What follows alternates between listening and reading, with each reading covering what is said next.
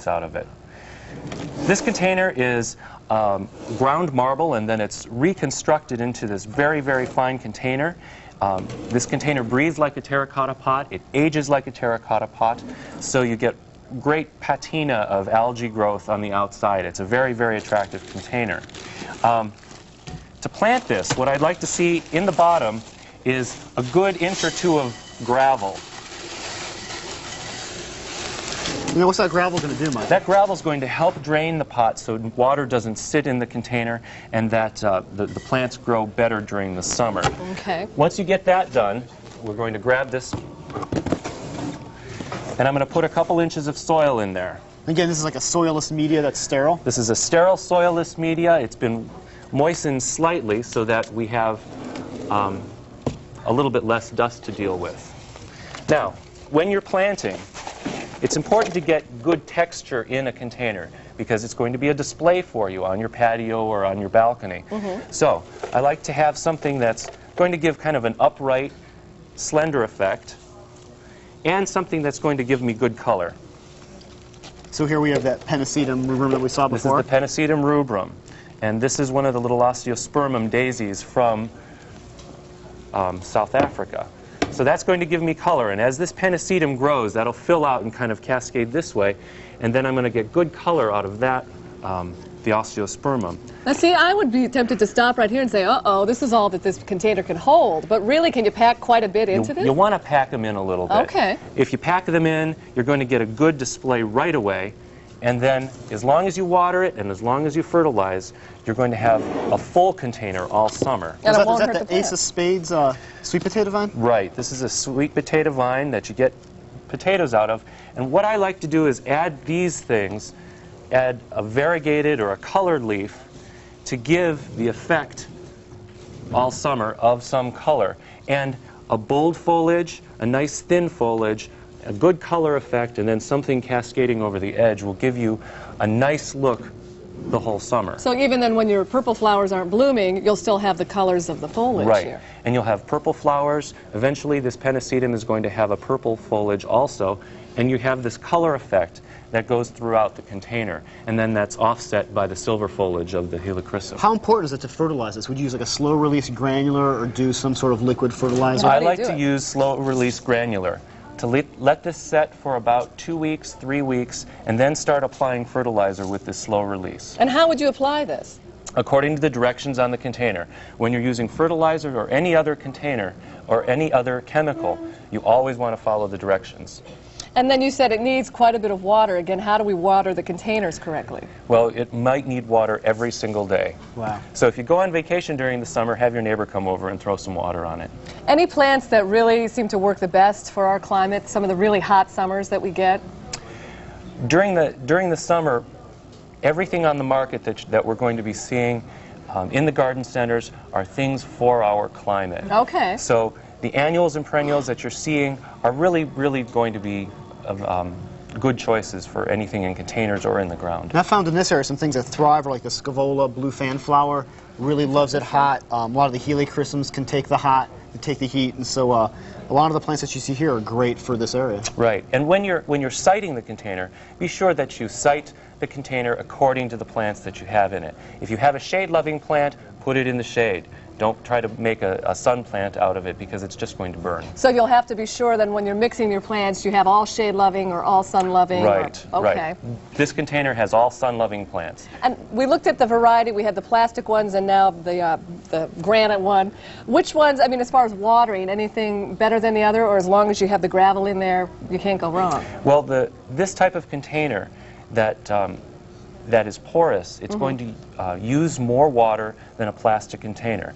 The water is going to seep out of the edges of the pot and the drainage hole, as opposed to just the drainage hole in the other container. So a terracotta pot or one like this, you'd have to probably water more often? It's going to require more water. Okay. Okay, well, more wonderful tips. No excuse for you not to have beautiful foliage and beautiful plants around your home or your apartment. And Michael Loos, thanks again for being with us. You're very Looks welcome. great. I'm going to try this All right. at home. Thanks, Michael.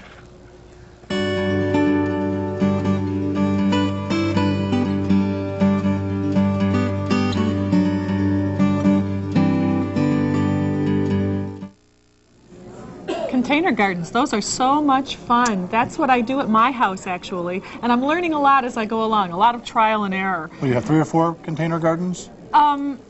Usually more than that. I do them on my deck. I put them on the base of the deck and on the seating areas on the deck, and just sort of stack plants all over the place. And a couple of years ago, I think I had 42. Well, that's why I asked the number, because you said I really backed off last year. I didn't have 40. I only had 30.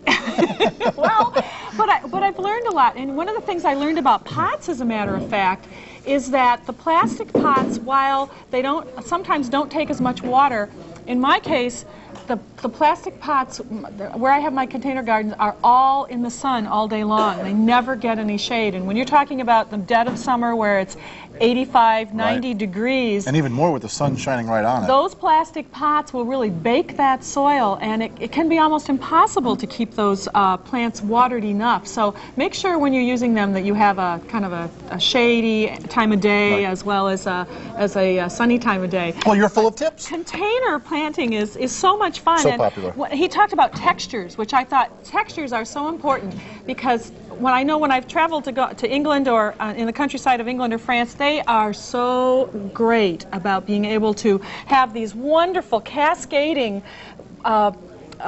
hanging baskets with all the different, 6 or 8 different flowers in them, and it's like, and I just learned from that segment that it's texture that makes the difference. It is, and you're going to hear that tip and many, many others if you'll just get to your telephone right now. If you're just tuning in, where you are is right just about in the middle of the Cleveland, the Gardener's Guide to Northeastern Ohio. It's a 4-hour program, and you've missed a lot, but you have a way of catching up. We'll talk about that in just a moment. But we have some great thank you gifts, and one of those is this book that's been put together by WVIZ PBS and the Cleveland Botanical Garden. It comes your way as a $60 level. What it is it's a wonderful compilation of 20 years of the members' newsletters that went to members of the Cleveland Botanical Garden. And in those newsletters, they'd have articles, they'd have questions and answers, they'd have tips. And what happened was they went together and put 20 years worth of information into one book, never been done before, and it will come your way at the $60 level. Now, if you'd make a pledge at the $90 level, you'll have your choice of a couple of items, either the home video of the very program you're watching today, or if you'd rather, the Cleveland Garden Handbook that we'll be talking about as this break goes along. But Maureen, we're hoping, like you, like most people at home, will pledge at the $180 level, because then the entire collection comes your way, and it's really very, very special. Oh, it's a great collection because every piece gives you something different. Those are not duplicative. They're different information. Right. The book has 3 segments, as a matter of fact. A collection of gardening questions and answers. Section 2 contains a list of monthly gardening tips. And Section 3 is a series of gardening articles that has to do with topics like cutting and conditioning fresh flowers, putting your grass clippings to good use, and landscaping techniques that deter the deer, which is something we all seem to have an issue with these days. And I was just looking at the book, and here's some typical questions. And I'll give you some of the answers. One says, we have a large palm in our front window. The ends of the fronds have turned black. What happened? And it says, most likely they were touching the glass, and it was too cold, and they died. And sometimes so simple. Oh, well, we should pull it back a little bit. Here's one that says, what can I do with my Easter lily that I received for Easter? When should I bring in my house plants? It says, should I spray my houseplants before I bring them inside? Oh, I like this one. Well, the ants on the peonies. Well, it says there were ants covering my peonies, and they didn't bloom. What's the connection? And the answer is, there's no connection. No. They had nothing to do with it. No, and there's always going to be ants on your peonies. Right, there's something else, and they go into what probably happened to the peonies, and there's actually a half-a-page explanation of what maybe went on there, but it wasn't the ants. They live out there with the plants and have for since the beginning of time. Go to your telephone right now, make that $180 pledge, and help WVIZ with this very important service to the Northeastern Ohio community, the service of providing education and information and culture to the viewers all across the Northeastern Ohio area. It's an expensive job to produce these programs, but it's not one that we're complaining about. It's one that we're saying if you join with us at the $60 or $90 or $180 level, you in effect become the producer. It's your decision about the kinds of programs that will be made here on WVIZ today and into the future. So we invite you to join with us today around this incredible program, and it really is incredible. The Gardener's Guide for Northeastern Ohio. It's got hours still to come, a lot of information still to come, but why not make your pledge right now and then sit back knowing that you've helped make something very, very special available for our community of Northeastern Ohio. You know, one of the things that's coming up is how to attract birds and butterflies to your garden. Well, that's important, birds and butterflies. That's a really good one, and people often look to how to make a butterfly garden, because people love to see all the colorful butterflies coming along. And we were, in fact, at a gardening session just recently, and talked to some people who were visiting the Home and Garden Show, and they had a question for us. Hi, I'm Eleanor Uglow from Erie, Pennsylvania. Can I reuse the soil from last year's containers?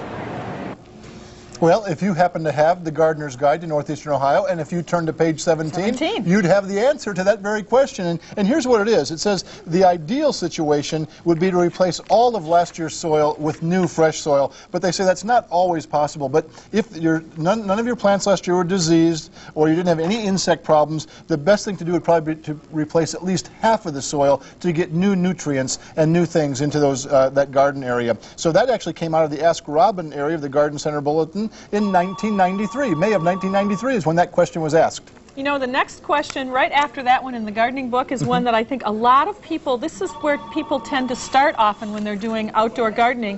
If they're not doing flowers and they want to do vegetables, they often start with tomatoes. Yes. And this says, how and when should I start tomato seeds? Tomatoes can be started indoors 5 to 6 weeks before the last frost date. In Cleveland, this is around May 20th.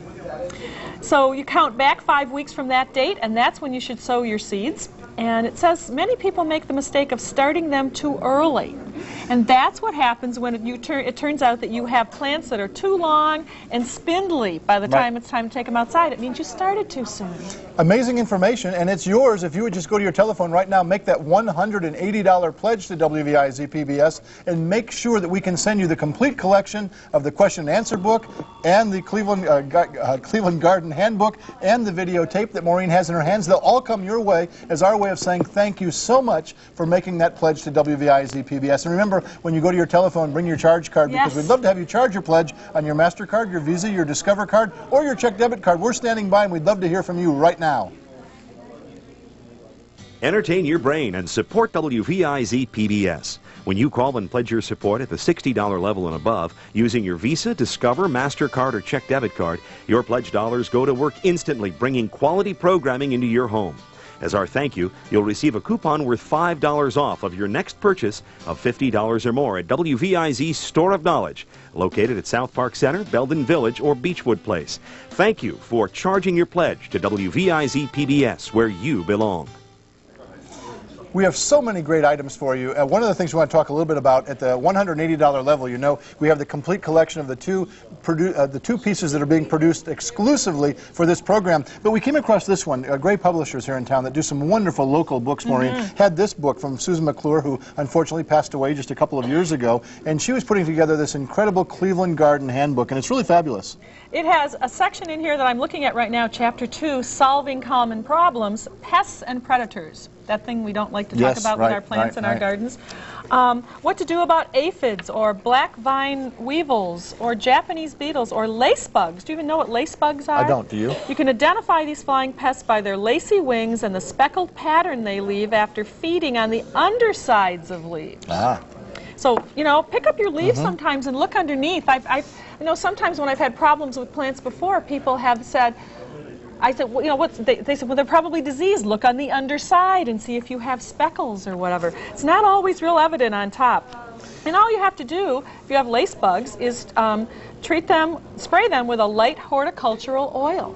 It's really, sometimes things are so simple if you just know what to do. And these books, this one in particular, with pests and predators, can help you with that. Oh, there's so many things in here, Maureen. They put together this book with 17 other garden experts, and as you go through, you see all the different experts. And of course, here's one that was a past horticulturist for SeaWorld of Ohio, while SeaWorld was here. And so many, if you think about the amusement parks and all that, so many plants are here. You can get all of them. I was just pointing to the screen because you can get all of these things. The Gardener's Guide to Ohio, which is the loose leaf book